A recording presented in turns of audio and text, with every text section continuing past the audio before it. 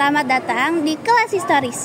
Kali ini kita akan membahas sebuah peristiwa penting dalam perjalanan bangsa Indonesia, yaitu Sumpah Pemuda. Mari kita ikuti bersama-sama bagaimana peristiwa ini terjadi dan mengapa hingga kini tetap menjadi tonggak persatuan bangsa. Dengan tagline, nggak cuma hafal, tapi paham. Sebagai insinyur, saya bilang kita harus membangun di atas sebuah dasar. Dasar yang sudah ada, bukan dasar yang belum ada. Begitu juga negara Indonesia. Merdeka harus dibangun di leher dan bahu yang kokoh. Di atas dasar yang sesuai dengan sejarah kita. Dasar yang demikianlah yang menjadi falsafah kita.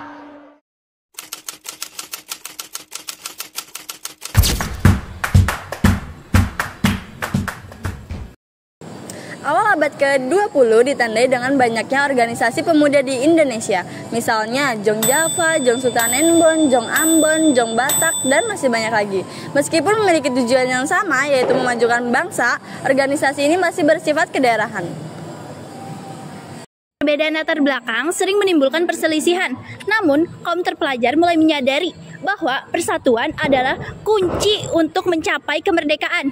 Dari sinilah muncul gagasan untuk mengadakan Kongres Pemuda yang kelak melahirkan Sumpah Pemuda. Kongres Pemuda 1 dilakukan pada tanggal 30 April sampai 2 Mei 1926 di Jakarta dengan dipimpin oleh Muhammad Tarbani dengan tujuan utama yaitu menyatukan seluruh organisasi pemuda. Namun perbedaan pandangan membuat kongres ini belum menghasilkan kesepakatan bersama. 2 tahun kemudian, pada 27 hingga 28 Oktober 1928, diadakan Kongres Pemuda II yang dipimpin oleh Sugondo Jojo Puspito. Berbeda dengan sebelumnya, kongres ini berlangsung dalam semangat persatuan yang lebih kuat.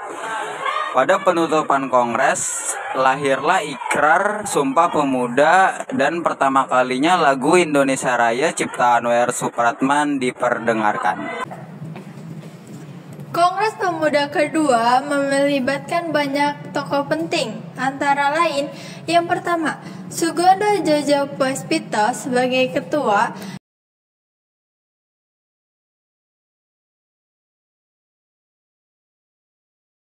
yang kedua, Djoko Marsait sebagai wakil ketua,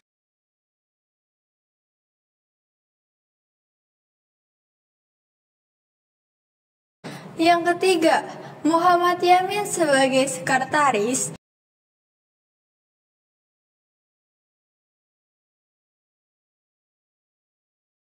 yang keempat, Amir Saifuddin sebagai bendahara,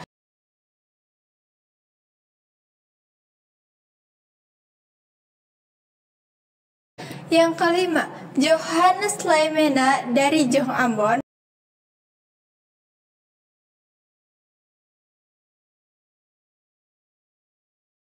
yang keenam, W.R. Supratman pencipta lagu Indonesia Raya.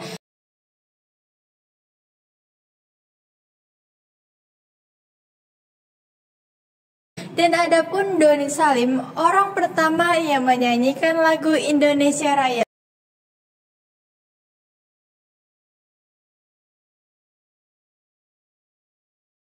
Mereka semua berperan besar dalam sejarah lahirnya Sumpah Pemuda. Sumpah Pemuda memiliki 3 ikrar. Yang pertama, bertumpah darah yang satu, tanah air Indonesia. Yang kedua, berbangsa yang satu, bangsa Indonesia. Dan yang ketiga, berbahasa yang satu, bahasa Indonesia.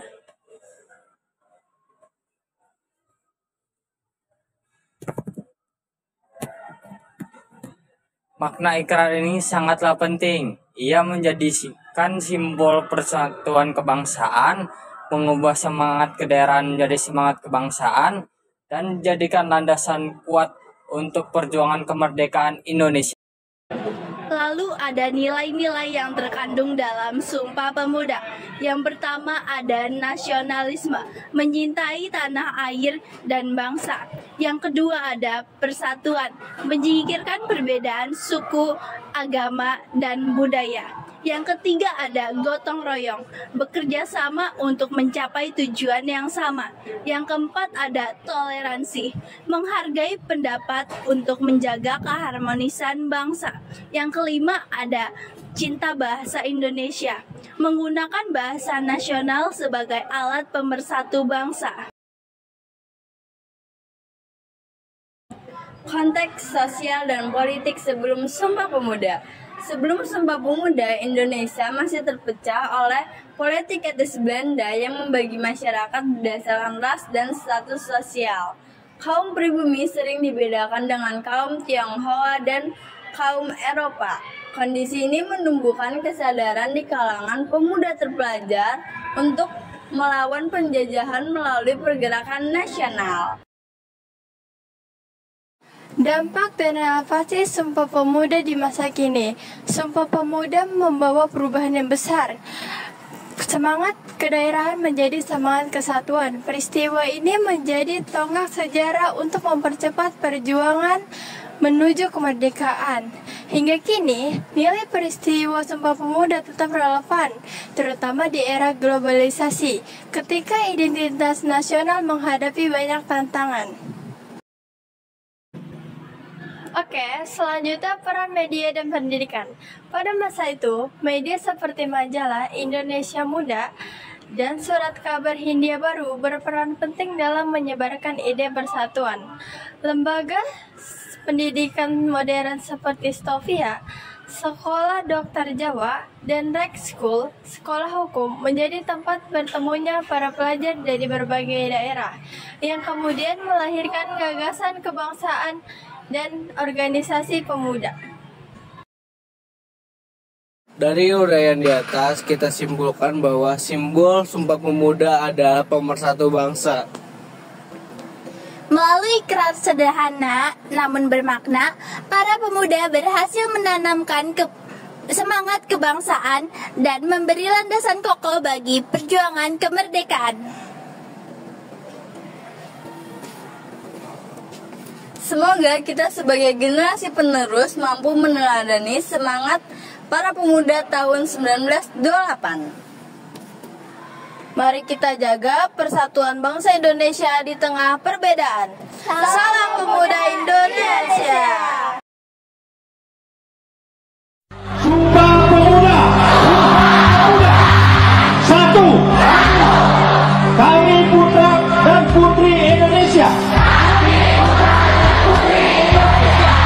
Mengaku bertumpah darah yang satu, tanah Indonesia.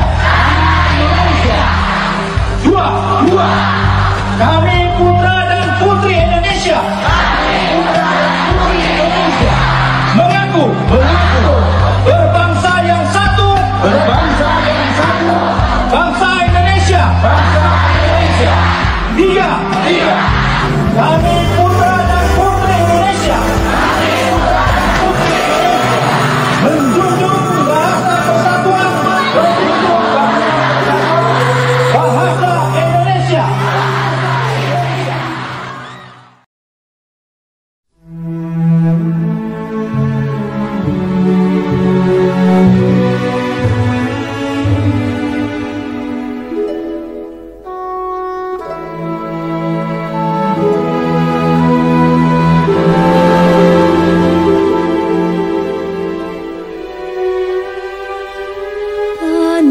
Airku tidak kulupakan, kan terkenang selama hidupku.